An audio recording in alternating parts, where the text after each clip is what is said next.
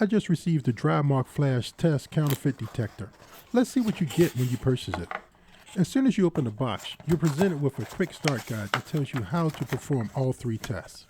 It even has a QR code that you can scan that will take you to the training videos on their website.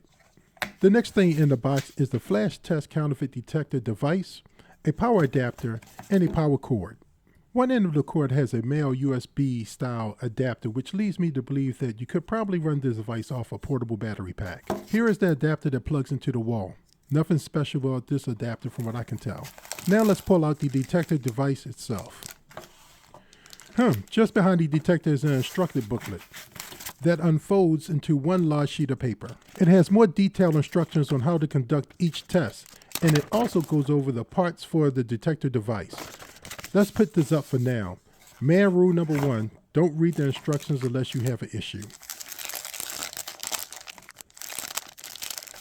So the device comes with 2 adhesive strips to mount it next to the register. You can also see 2 ultraviolet light bulbs.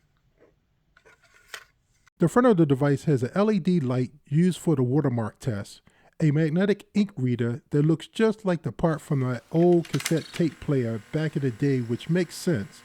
Cassette players did work off of some form of magnetism to write and read data from cassette tapes. A visual guide for doing the ultraviolet test to view the security tape.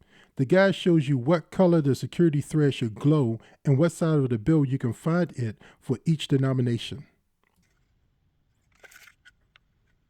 Here's where you will plug in the power cord along with a switch to turn on or off the audible alert for the ink test.